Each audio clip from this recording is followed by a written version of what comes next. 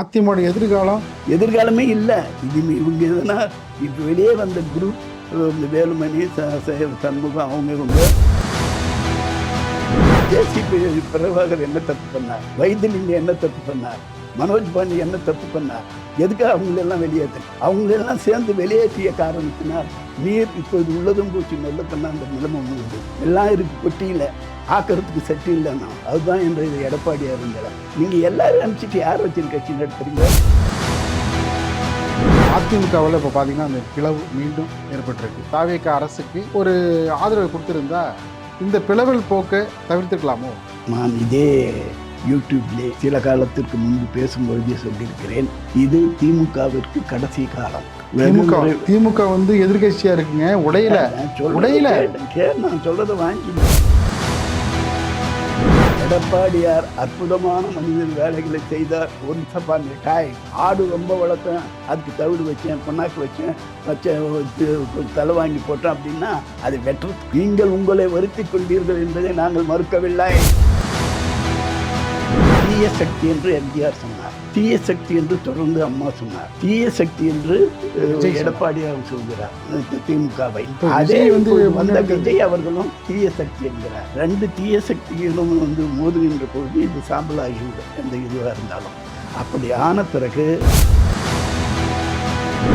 தான் முதல்வர் என்ற எண்ணம் வந்ததோ அப்பொழுதே போய் அவர்கள் திமுகவிடத்திலே பேரம் பேச ஆரம்பிச்சுட்டார். அந்த திமுக ஆதரவில் நான் முதல்வராவேன் என்று சொல்லியிருக்கிறார். நான் உங்களை கேட்கிறேன், கல்லூரிக்கு தாய் தந்தையர்கள் பெற்றெடுத்த பிள்ளையை, அண்ணன் தங்கையை கல்லூரிக்கு அனுப்பி வைக்கிறார்கள், போகிறார்கள், படிக்கிறார்கள், வருகிறார்கள். வருகின்ற பொழுது அண்ணன் தம்பியாக கல்லூரிக்கு அனுப்பிய குழந்தைகள் காதலன் காதலியாக கணவன் மனைவியாக வந்தால் பெற்றோர்கள் கதியம். அந்த மாதிரி ஜெயிலுக்கு போய் நான் பல வருஷம் இருந்துட்டு வரதுக்கு யார் காரணம்? அப்ப எல்லாம் ஒன்னா தானே இருந்தீங்க. எங்க நாங்களே இருந்துங்க. யார் பேச்சு கேட்க செஞ்சீங்க? யார் உங்களுக்கு என்ன ஆபத்து வந்தது?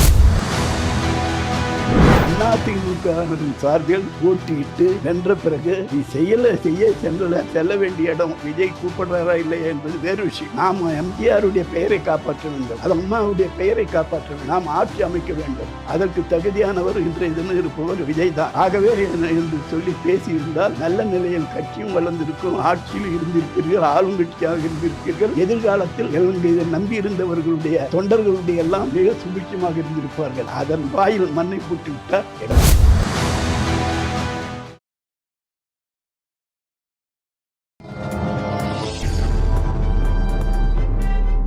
பத்திரிகை.com நேயர்களுக்கு இனிய வணக்கம்.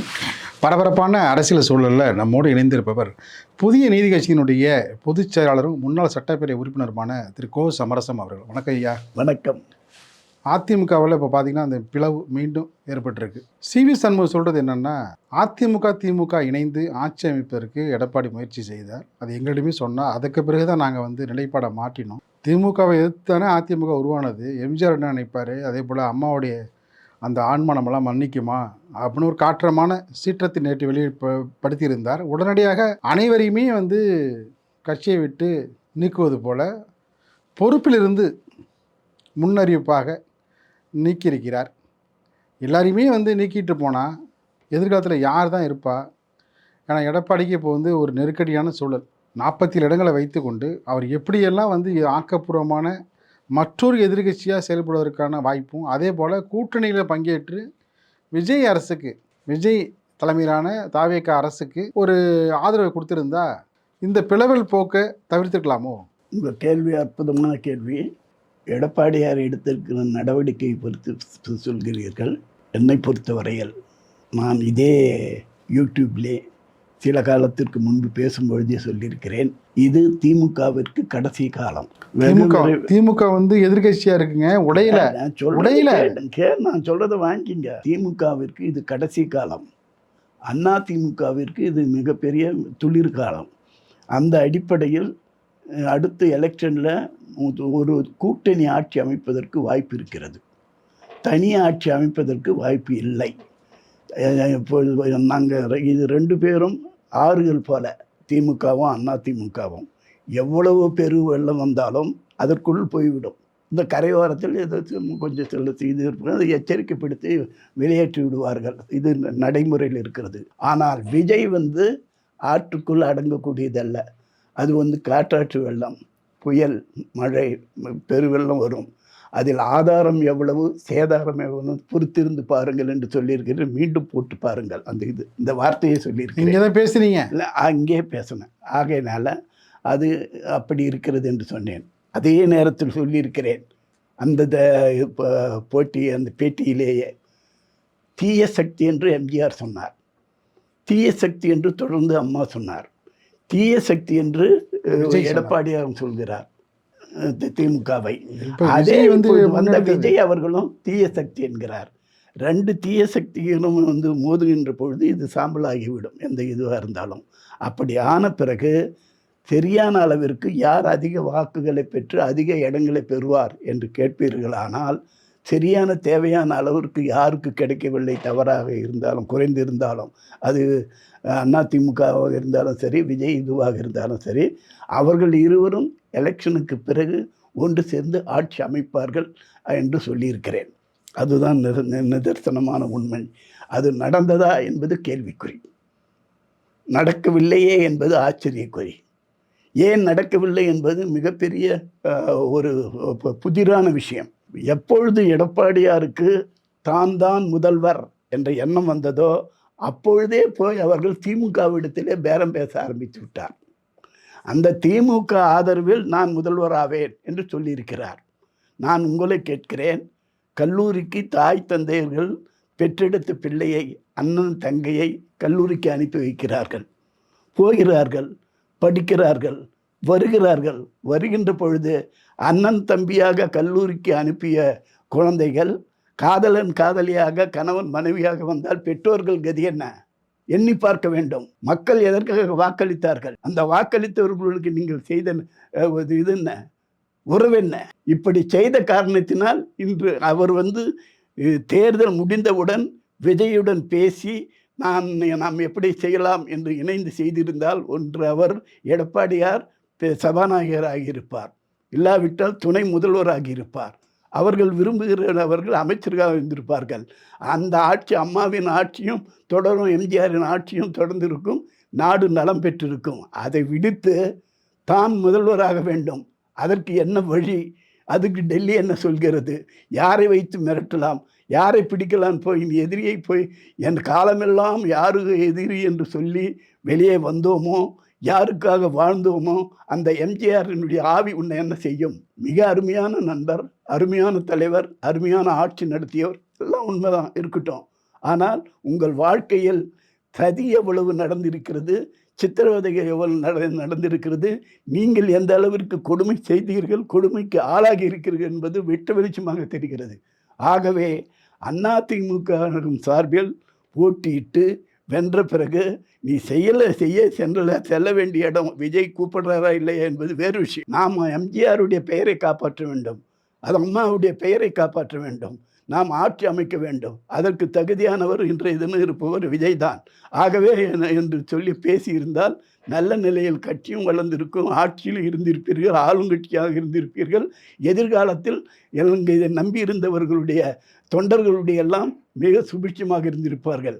அதன் வாயில் மண்ணை போட்டு விட்டார் எடப்பாடி. இதை எதிர்த்து எடப்பாடி நீதிமன்றம் சென்றால் எப்படி இருக்கும்? அவர் எங்கேயாவது போயிட்டோம். எத்தனை சீட்? 2 சீட்டு, 1 சீட்டில் வெளியே போயிருக்காங்க. உன்னை விட அதிகமாக தான் போயிருக்காங்க. உம்மிடத்தில் எவ்வளவு இருக்கிறதோ அதை விட அதிகமாக தான் போயிருக்காங்க. நம்பர் 1. நீங்கள் எல்லாரும் அனுப்பிச்சிட்டு யார் வச்சுன்னு கட்சி நடத்துறீங்க? கசாப்பு கடையில் ஒருத்தன் மட்டன் வேணும்னு போனான், வெள்ளாட்டு கறி வேணும்ன்ட்டு போனால் அவன் கறியெல்லாம் பார்த்துட்டு அவனுக்கு ஒன்றும் தோணலை. எல்லாம் எது பார்த்தாலும் ஒரே இதுவாக இருக்குது.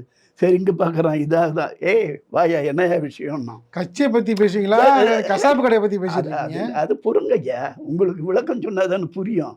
இல்லைன்னு உங்களுக்கு புரியணும், உலகத்துக்கு புரியணும்ல. கசாப்பு கடையில் மட்டன் கறிக்கு தேடுறான், ஆட்டுக்கறி, வெள்ளை ஆட்டுக்கறியாக வேணுமோ.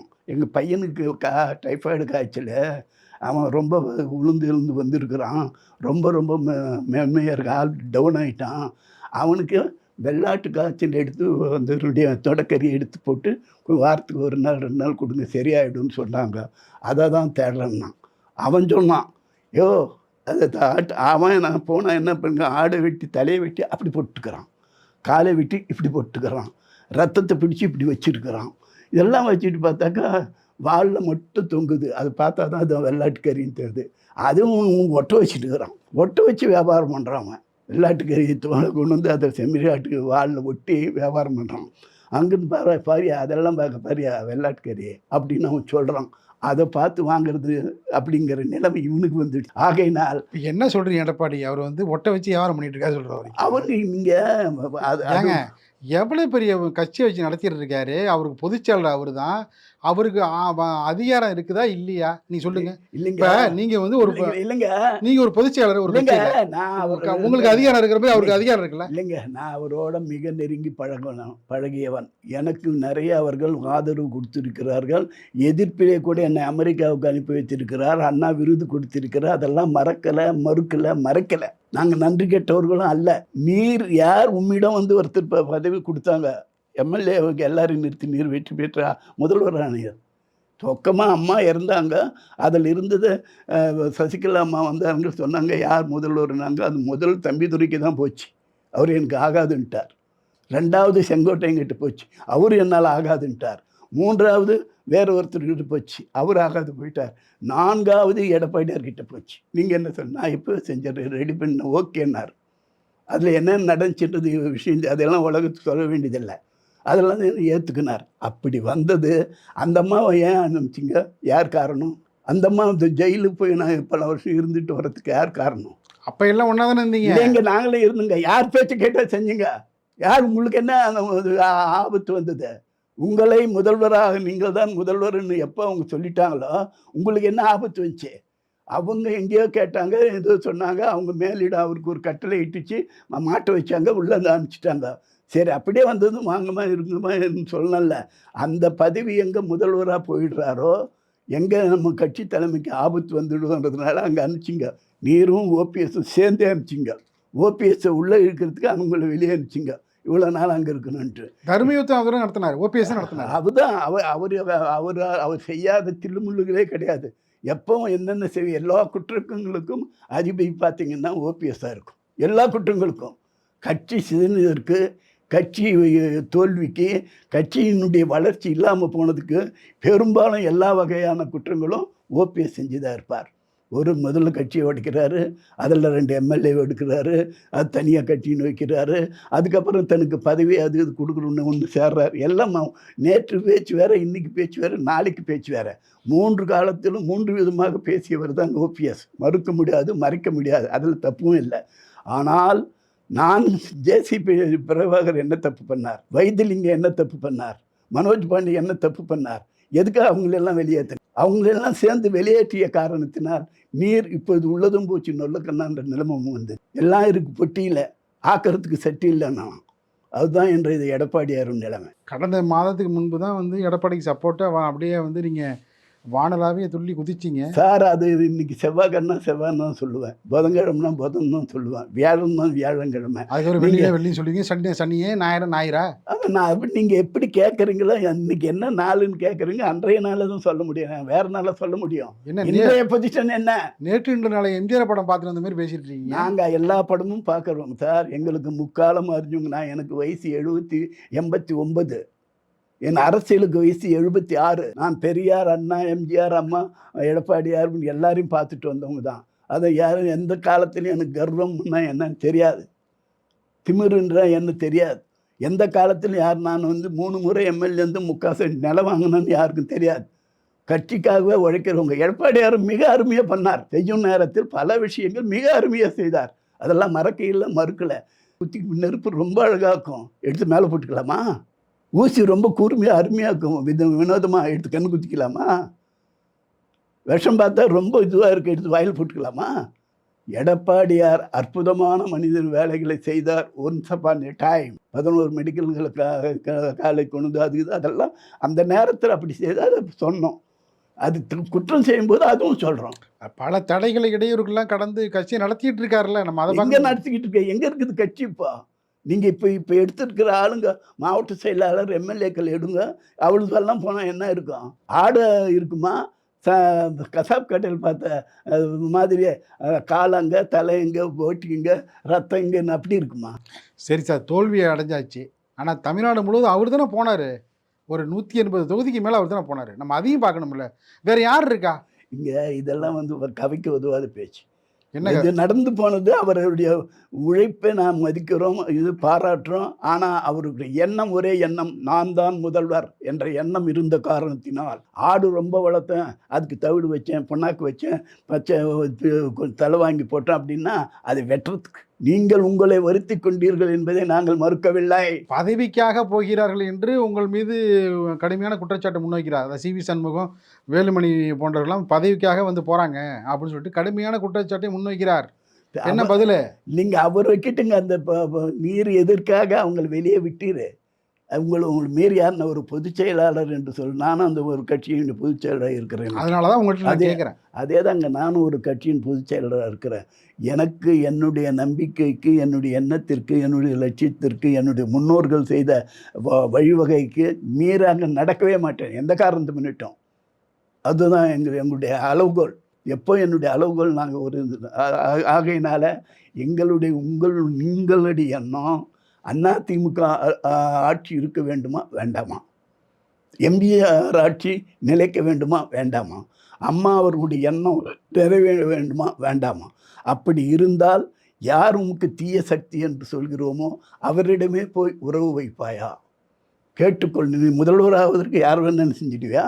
இப்படி தான் ஒரு காலத்தில் ஆர்.எம். வீரப்பன் செஞ்சார். ஜானகம்மாவை ஜெயிக்கணுன்றது போய் கருணாநிதி காலில் விழுந்தார். கருணாநிதி அவரை கூப்பிட்டு கப்புன்னு அமுத்திக்கினார். அதில் விழுந்தவர் இளவேல சாகரவில்லையும். ஆர்.எம். வீரப்பனுக்கு ஏற்பட்ட நிலைமை தான் எடப்பாடிக்குமா? கண்டிப்பாக ஏற்படும். நீங்கள் வழி தவறி போனால் கதி. கற்பு 16 வயசுலையும் போகலாம், 60 வயசுலையும் போகலாம். 60 வயசில் கற்பு இழந்தவர்கள் கருணாநிதியும் ஆர்.எம். வீரப்பனும் இவங்க எடப்பாடியாரும். நல்லா யோசனை பண்ணி சொல்லுங்கள்.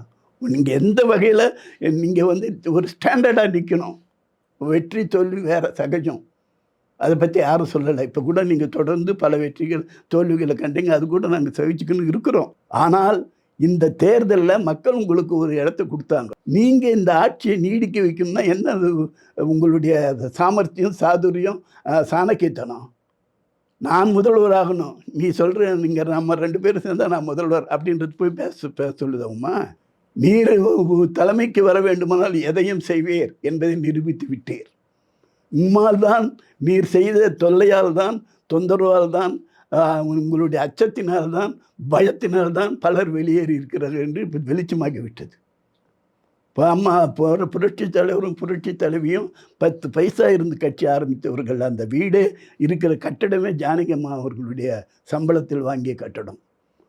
நாங்கள்லாம் போது எலெக்ஷன் நிற்கிறோன்னா எங்கள் எலெக்ஷன் காசு கொடுத்ததை நான் 6,500 ரூபாய் அட்வான்ஸ் டெபாசிட் கட்டியிருந்தோம். 10,000 ரூபாயாக கொடுத்தாங்க. 3,500 தான் கட்சி பணம்னு எங்கள் தேர்தலுக்கே வந்தது. அப்போ எந்த நிலையில் இருந்திருப்பார்கள்? அப்படியெல்லாம் உழைத்து, அப்படியெல்லாம் சம்பாதித்து இன்றைய தினம் பல வகையில் பல்வேறு அறக்கட்டளை பல கோடிகள் என்றெல்லாம் வந்து வைத்து இருக்கக்கூடியதை காப்பாற்ற வேண்டாமா? அன்றைக்கி நாங்கள் 3 முறை தொடர்ந்து எம்எல்ஏ எவ்வளோ செலவு பண்ணோம். இன்றைய தினம் இத்தனை கோடி இருந்தால் உனக்கு சீட், இல்லைன்னா போ அப்படின்னு சொன்னால் என்ன கதி? அத்தனை கோடிக்கெல்லாம் செலவழித்து ஒன்றும் இல்லாமல் இப்பொழுது உங்கள் சுற்றி கொண்டு இருக்கிற அவருக்கு எதிர்காலம் என்ன? எடப்பாடி முடிவுக்கு பின்னாடி யார் பின்னணியில் இருக்கா? அதெல்லாம் நாங்கள் சொல்ல வேண்டியதில்லை. சொல்லித் தருவதெல்லாம் மன்மதக்கலை. யார் இருந்தாலும் அவர்கள் வேலையை பார்த்து ஒதுங்கி கொள்ள வேண்டும். இல்லையால் மேலும் மேலும் அவமானங்களும் இது மாதிரியான தோல்விகளும் தொடர்ந்து கொண்டே இருக்கும். அதிமுக எதிர்காலமே இல்லை. இவங்க எதுனா இப்போ வெளியே வந்த குரூப், இந்த வேலுமணி, சண்முகம், இவங்க கொஞ்சம் கொஞ்சமாக கட்சியை வளர்த்து அடுத்து வர உள்ளாட்சி தேர்தலில் வேண்டிய இடத்த சீட்டு வாங்கி அதுலேயும் ஜெயிச்சு வச்சு அதுக்கடுத்து பொது தேர்தலில் ஈடுபட்டு வெற்றி பெற்று ஆட்சியை, எம்ஜிஆருடைய ஆட்சியை, அம்மாவின் ஆட்சியை நிலைநிறுத்தினால் உண்டே தவிர எடப்பாடியாரால் அடியோடு முடியாது என்ற நிலைக்கு வந்துவிட்டு. மிக்க நன்றிங்கய்யா. நன்றி.